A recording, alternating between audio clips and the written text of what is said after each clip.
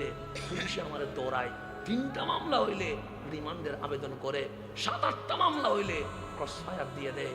আর আপনার ডানে বামে অ্যাডভোকেট আছে, নাম তাদের কেরামান কাতেবিন, সকালেও মামলা করে, 10টাইও মামলা করে, 12টাইও মামলা করে, 1টাইও মামলা করে, বিকেলেও মামলা করে, রাতেও মামলা করে। এরকম প্রতিদিন 10-12টা আপনার আমার বিরুদ্ধে মামলা হচ্ছে কি হচ্ছে না? কিন্তু আমার মাওলা কি গুলি করে দিছে?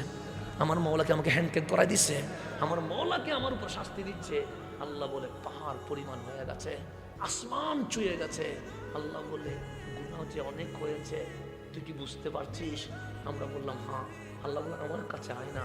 আমরা বলি মালিক লজ্জা লাগছে, আমার মা যদি জানে গুনার কথা আমাকে আর ছেলে বলবে না, আমার বাবা যদি জানে আমার তেজ্য করে দিবে, ওরা যদি জানে আমার স্টেজে উঠতে দিবে না। আল্লাহ বলে আমি না গফুর, আমি না সত্তার, আমি না রহমান, তোর তেজ্য করবো কেমনে, বের করে দিব কেমনে? বড় ভালোবেসে তোরে বানাইছি, তুই 1 বিঘত আয়, আমি আল্লাহ তোরে আনার জন্য 1 হাত চলে যাব। তুই 1 হাত আয়, আমি আল্লাহ 2 হাত যাব। তুই আমসি হেঁটে হেঁটে আয়, হারওয়ালা আমি দৌড়াইয়া যাব।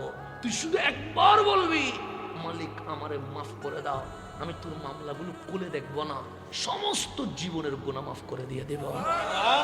এত আদর করে যিনি ডাকছে, ওনার কাছে না গিয়ে আমরা কার কাছে চলে যাচ্ছি?